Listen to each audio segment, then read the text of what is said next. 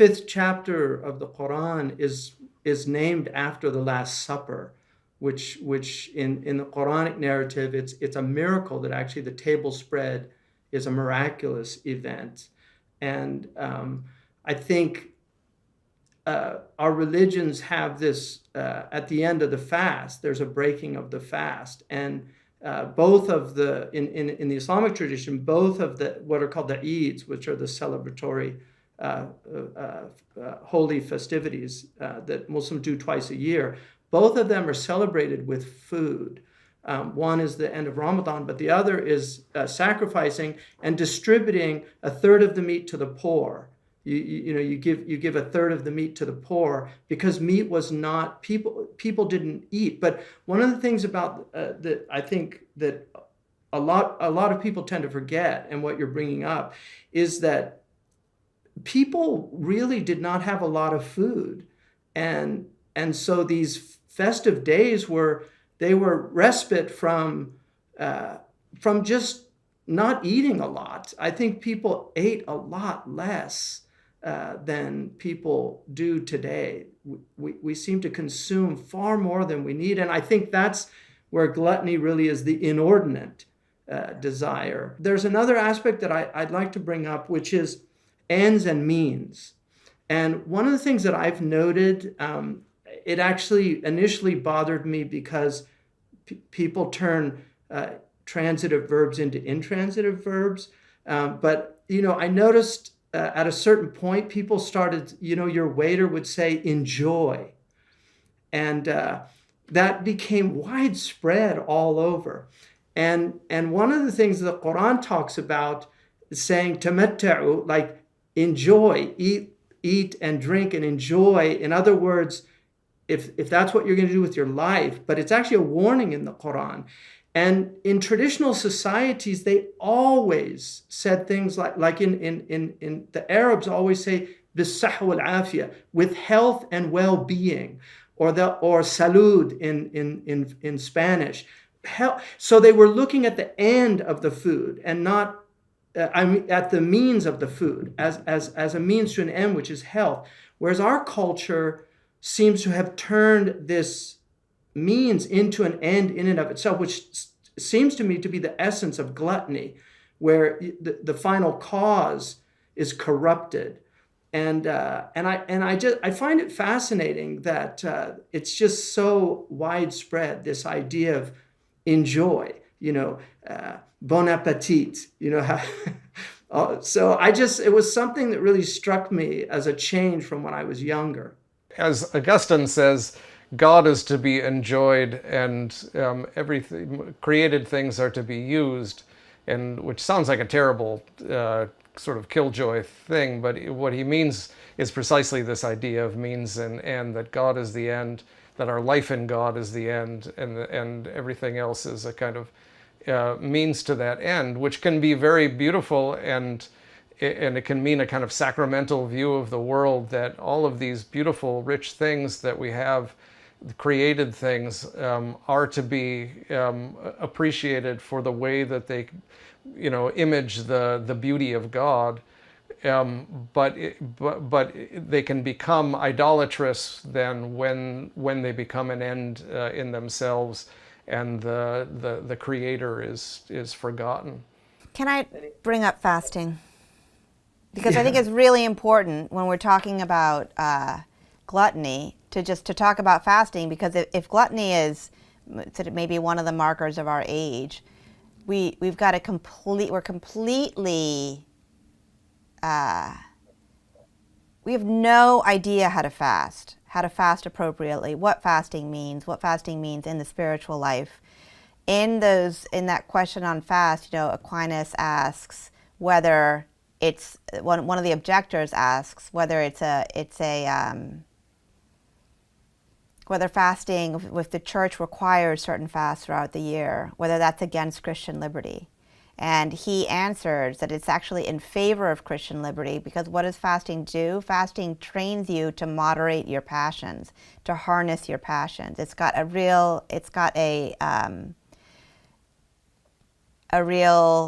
role in the spiritual life.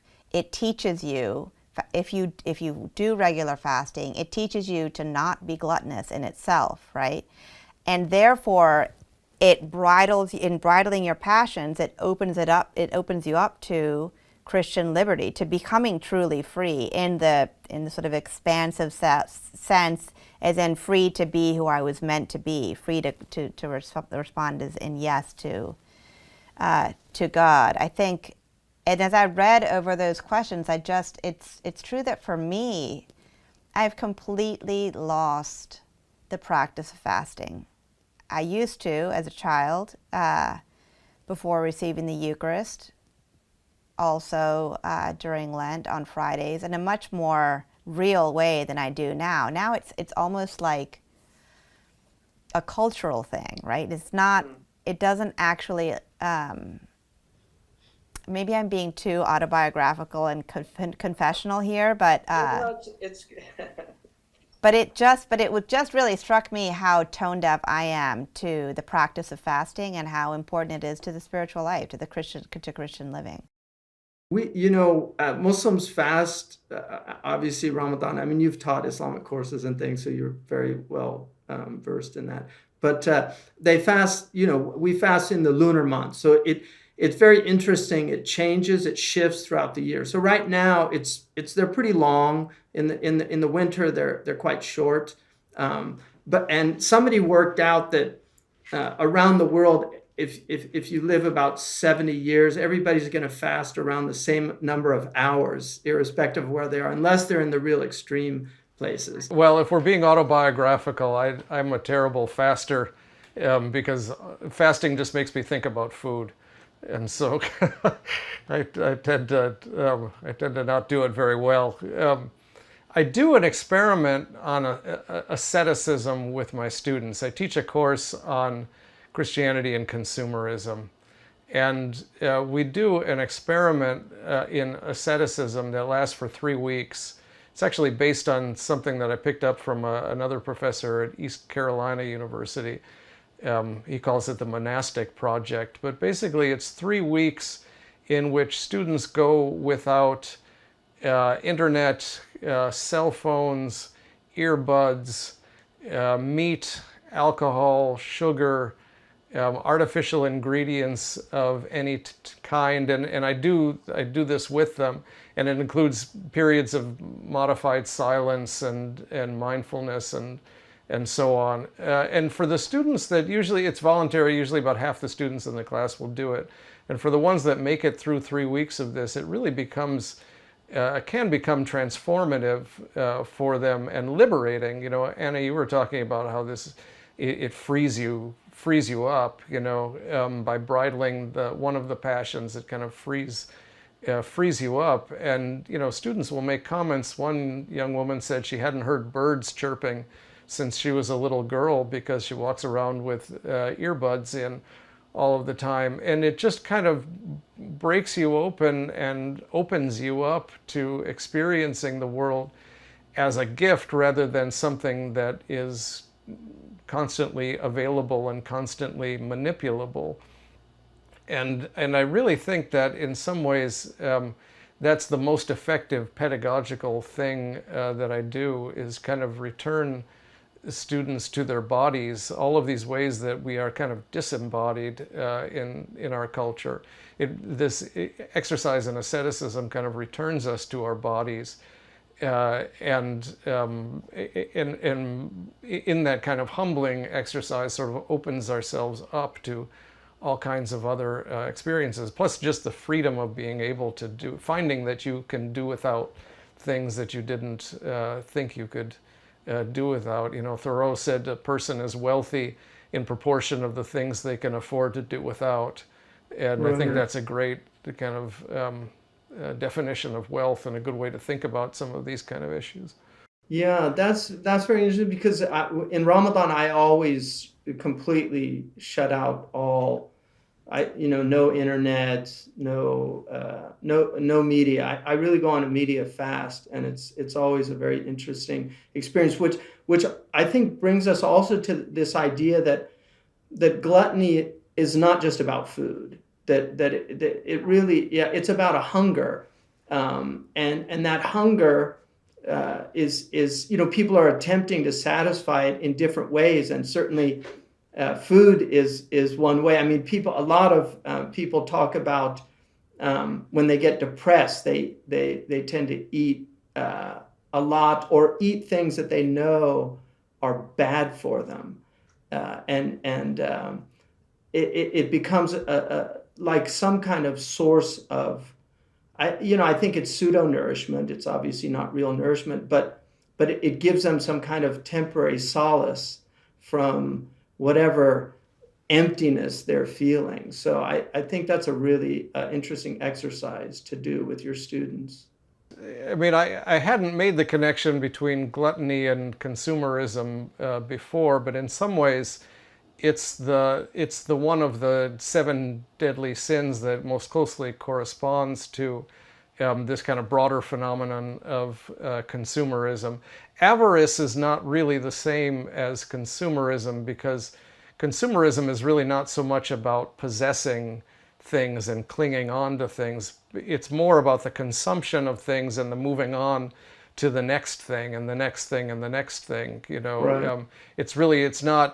It's not buying, it's shopping. That's the kind of focal point, the kind of spiritual heart of consumerism, and that seems to me to be part of what's being captured by this idea of gluttony, is that it's never being satiated. It's always kind of moving on to the next thing. It's what a leaked memo from General Motors Corporation called the organized creation of dissatisfaction.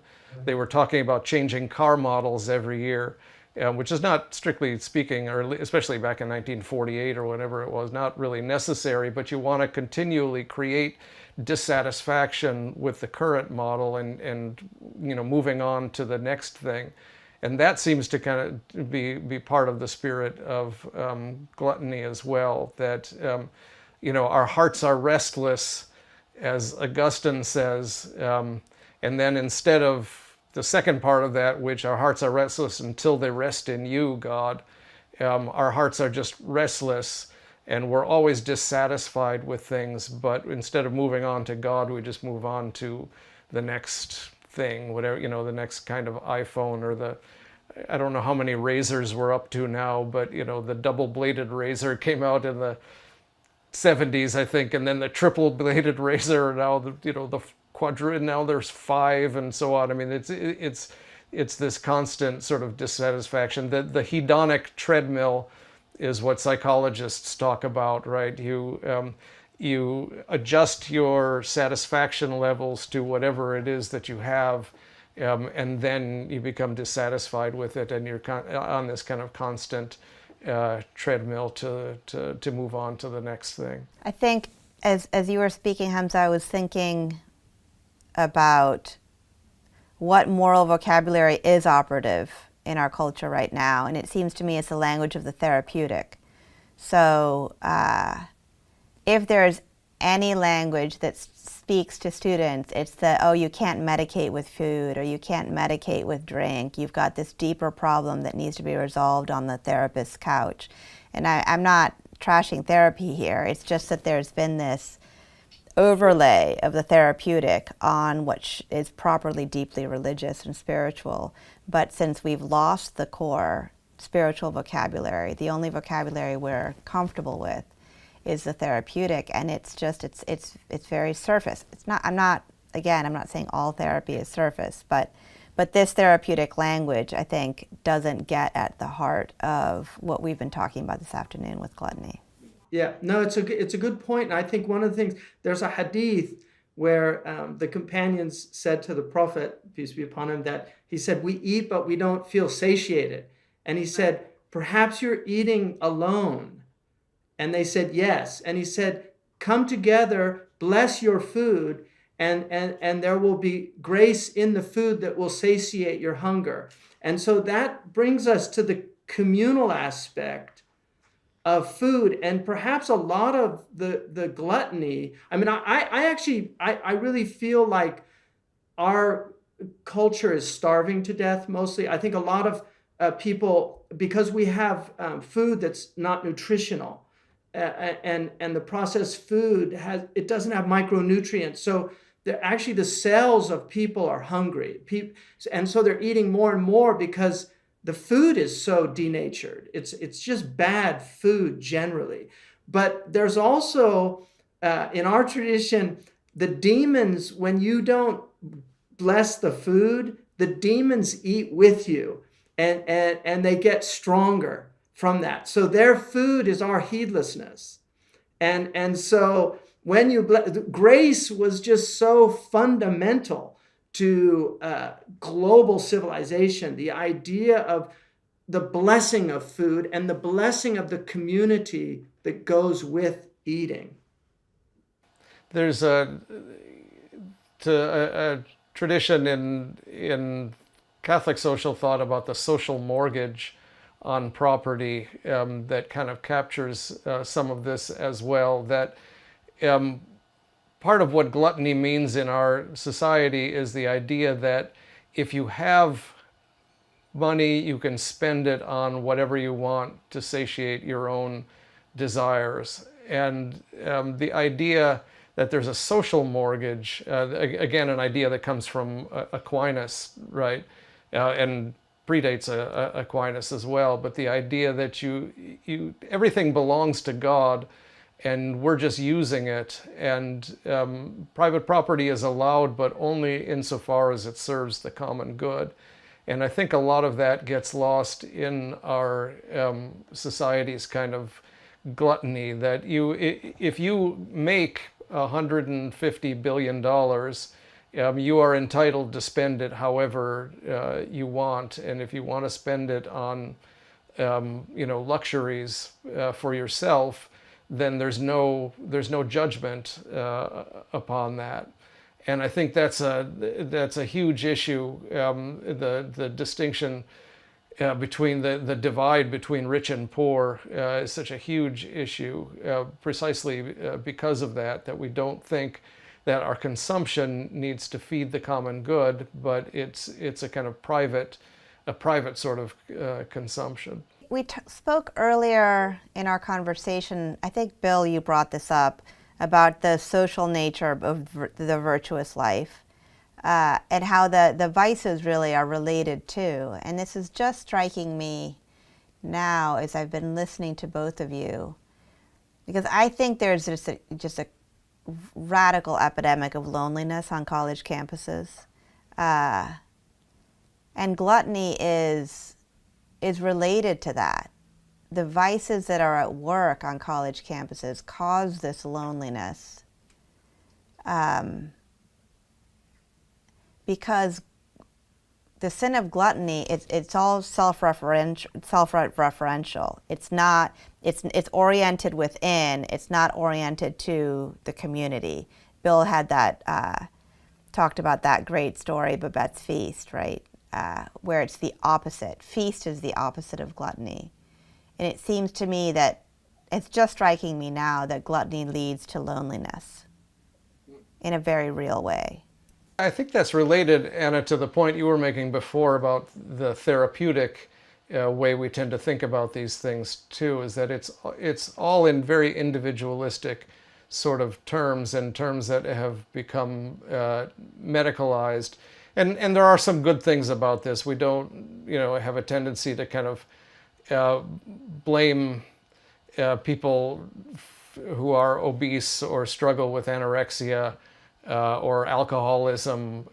I think we're right to not just say, well, that's just sin, and you're a bad person.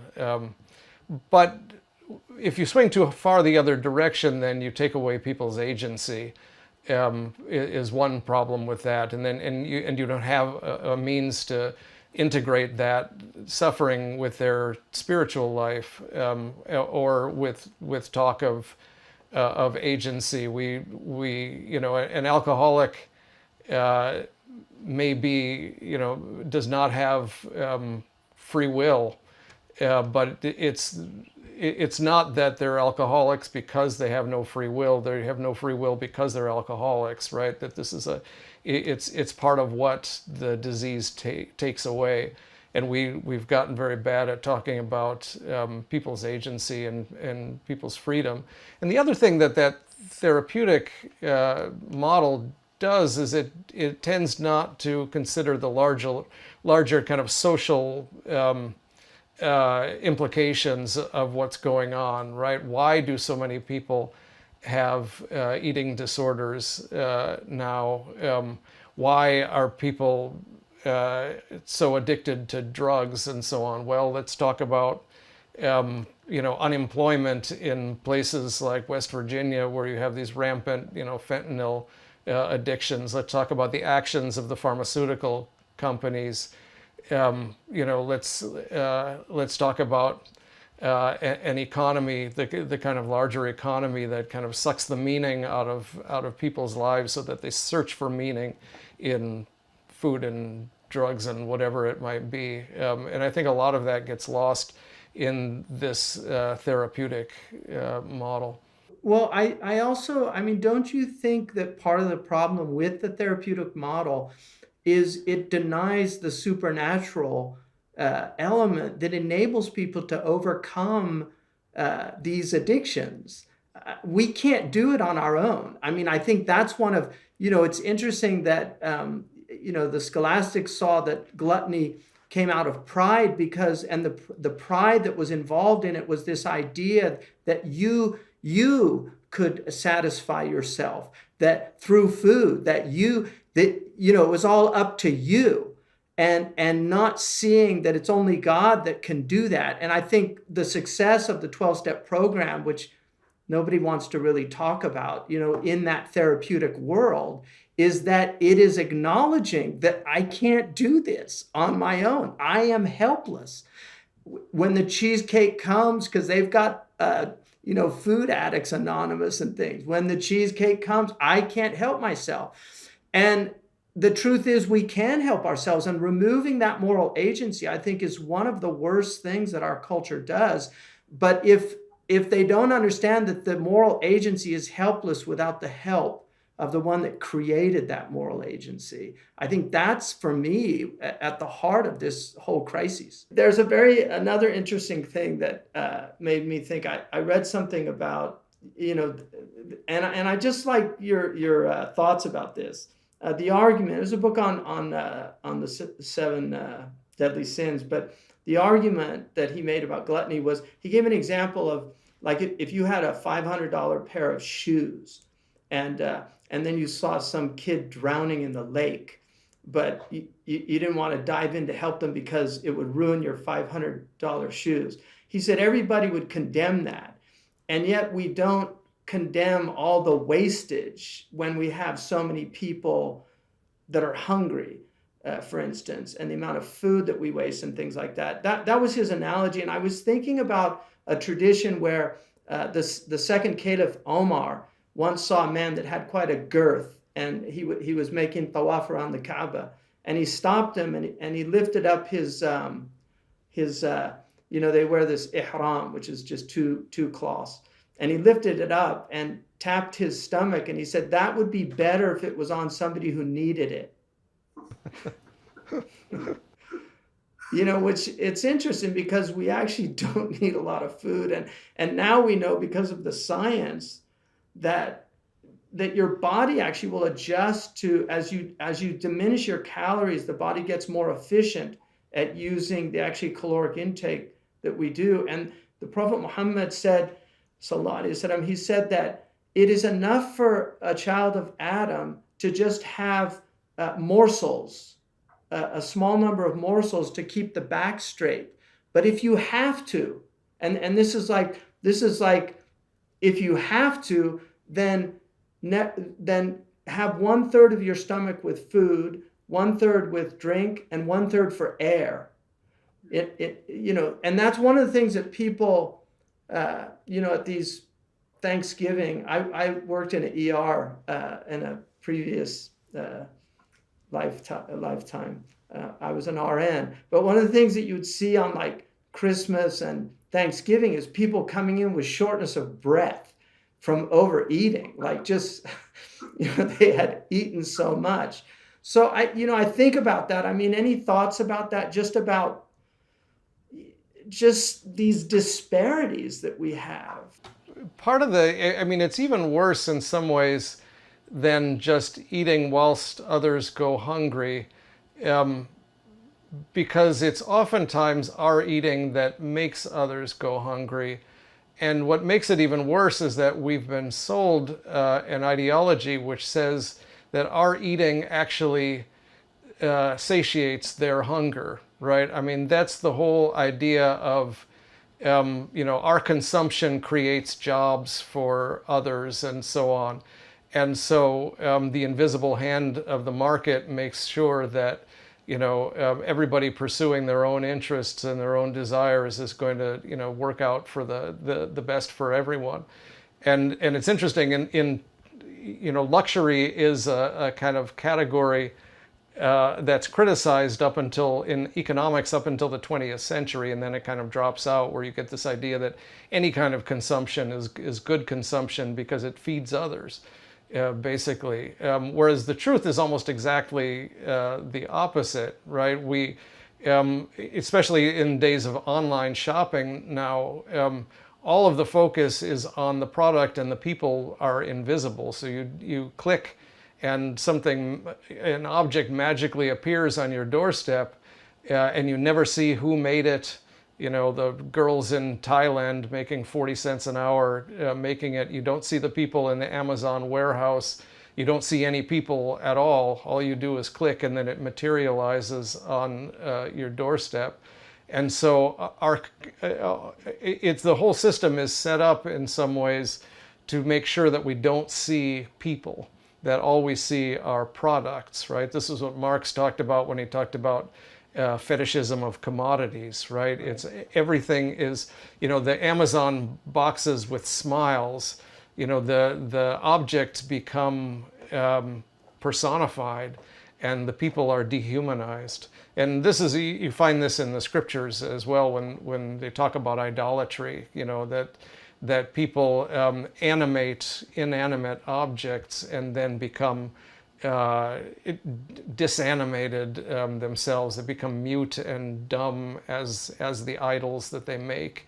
Psalm 115, for example. And that gets to the heart of Lewis Mumford's remark that our entire economy now is driven on the 7 deadly sins. Like the whole apparatus of market economy is driven by selling people's weaknesses. It's really selling to them their weaknesses. I think one of the hallmarks of traditional societies is they recognize human weakness, and the societies were set up to try to help people overcome them. And I don't think that's a nostalgic view, because I've lived in societies where it's still like that, in West Africa. But now it's like, it's obey your thirst. It's the hero sandwich. It's what you said, sinfully delightful. All these, they use these human weaknesses and really prey on them with an E. But I mean, this is a real, I think, hallmark of our culture, is just this incredible market-driven economy that, consumer was, as you know, I know you know this, Dr. Kavanaugh, consumer was one of the names for the devil. And there's a verse in the Quran that says that those who are spendthrifts are brethren of the demons. And one of the verses in the Quran about human beings is that they say, "Ahlaktu malan lubada." I have consumed, boasting, I have consumed vast quantities of wealth. And so the conspicuous consumption, I mean, you were talking about luxury, that's something that, Veblen identified several decades ago, this idea of conspicuous consumption, which in most societies, first of all, they didn't want the evil eye. Because people actually believe that if they saw somebody that had something that they envied or something, they could actually harm them. I mean, even Aquinas talks about the evil eye. But Socrates warned of when societies become luxurious, that then wars emerge out of that, and civil strife and class conflict. All these things come out of that. And that brings me to something I think really that fascinated me, was the idea of sumptuary laws, which apparently were widespread all over. This idea of really limiting people's consumption.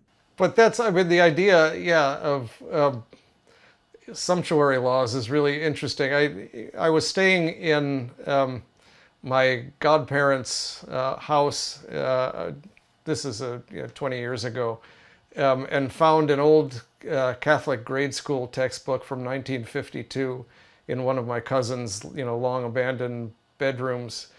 And it was a Catholic geography textbook, and the section on economics was all about how in the Middle Ages there was, a just price, and it was looked down upon for people to spend money on themselves and so on.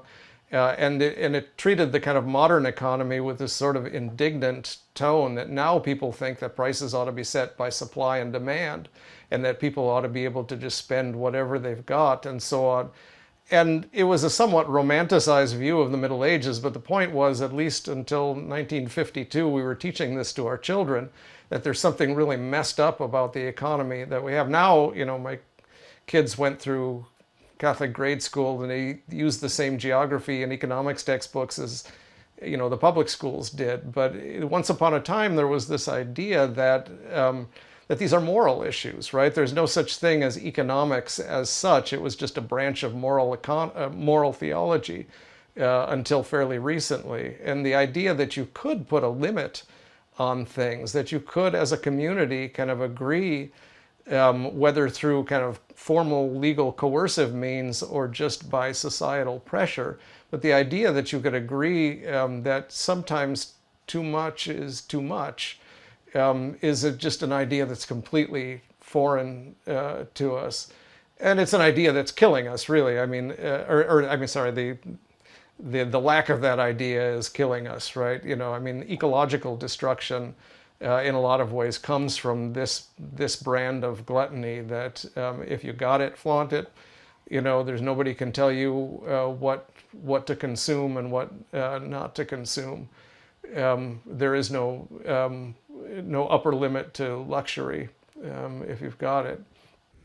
I find that, and just as we kind of come to a conclusion, I find that our traditions address these things very profoundly.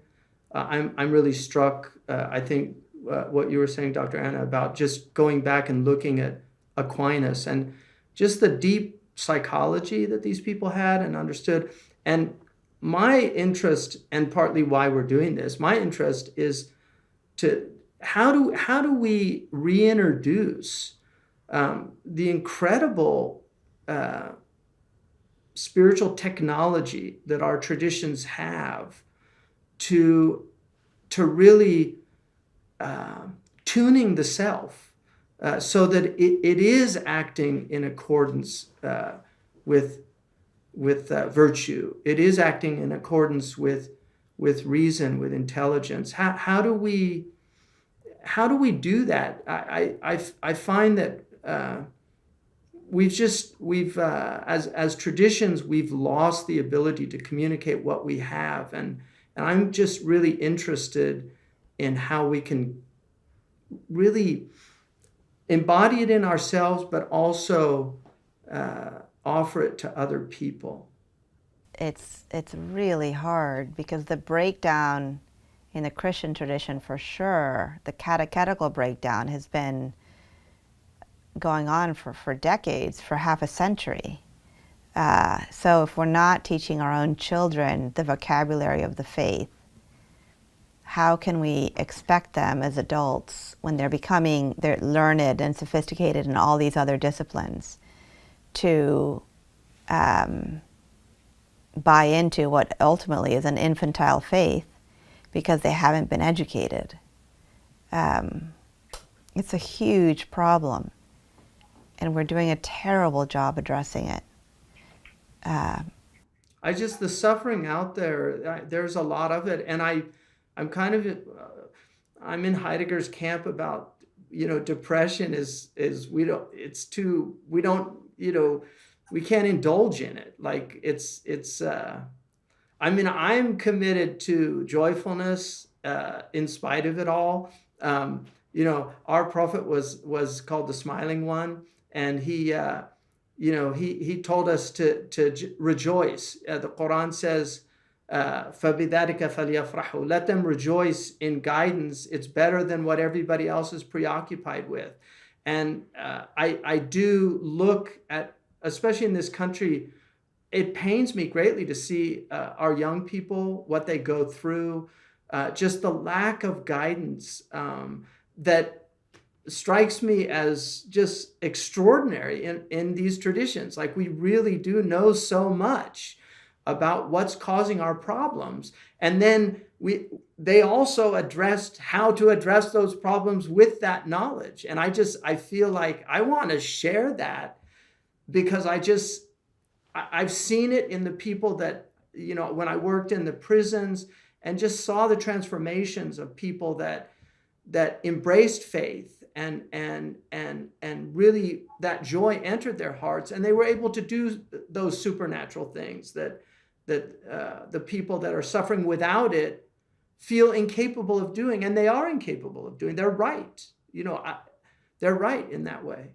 What Anna was saying about our tradition, Catholic tradition, we had practices that have been lost, practices of confession and penance and fasting and so on that have largely fallen by the wayside. And one of the problems, I think one of the reasons they fell by the wayside, is that we didn't find the joy in them. And that's exactly what you're saying, Hamza. We really need to emphasize that this is not the way of self-flagellation that we're talking about. The opposite of gluttony is not misery, right? The opposite of gluttony is joy. And you find it in all of these ways when you can allow yourself to be broken open to the presence of God. Wendell Berry has an essay called "The Joy of Sales Resistance," and there's something, I think that's the way to look at these things. The joy of fair trade, consumption that reconnects you with people who are allowed to, have a dignified living because of small sacrifices that you make. Ultimately, it's this kind of a vision of beauty and joy that we're hoping people will continue to make manifest in their lives. But sometimes we don't do a very good job about that. We just kind of wag our fingers at people and say, oh, the world is going to hell. But in some ways, that this exercise in asceticism that I do with my students is an exercise in joy. And I think that's really what we need to emphasize. And it is true that the one thing that gives us hope is at the micro level, is the relationships with our children, our children's friends, our students, young people who it is absolutely true that the truth sells, and that young people respond to religious commitments and to something. They're just exhausted by themselves, right? They're exhausted by this whole social media production of branding and all of that. And so when you start speaking in other terms, it's like they're in the desert and they've hit a glass of water, and it's palpably happens in the classroom. So if there's any we have any room for hope, I would say it's young people who continually do respond in real palpable ways. But we can do better. We need to do better. If we don't do better, we're complicit in this whole thing. I had a teacher once, he was Moroccan, and I was, he was asking me about America, and I said, it's people are just so constantly bombarded with just everything that goes against a spiritual path. And he said something, and it gets to what Dr. Kavanaugh said, the quote from Aquinas. He said to me, never underestimate the power of the principial nature of people. And that principial nature is that they desire to know God. And he told me a story about two Moroccan ministers that were debating in front of the Sultan about nature and nurture. And so one of them claimed it was all nurture, and the other said, no, the nature is that's always at the root. And so he claimed that the one who said it was nurture, he claimed that he could train cats to walk in a straight line with candles on their back, strapped to their back, because they're afraid of fire. And so the day came when he was going to display this. So he comes into the court, and this line of cats follow him. And then the other minister pulled a mouse out of his pocket and let it loose, and all the cats ran after the mouse. So that heart not resting until it rests in God. And I think a lot of what we're seeing out there is that restlessness, which is one of the daughters of sloth, which is spiritual apathy. And so I think we need to do a better job at finding that peace in ourselves, and then trying to communicate that, preferably with our states, but also with our statements. So I want to thank both of you for just coming on. I'm a serious just a fan of both of your work. I came to know Dr. Moreland here at the Dominican College, and then read her book on Islam and was very impressed. But I've had your books for some time in my library, and so I've benefited from both of you, and really appreciate you being with me. Thanks. It was delightful. It was great to talk with you both. Well, God bless both of you, and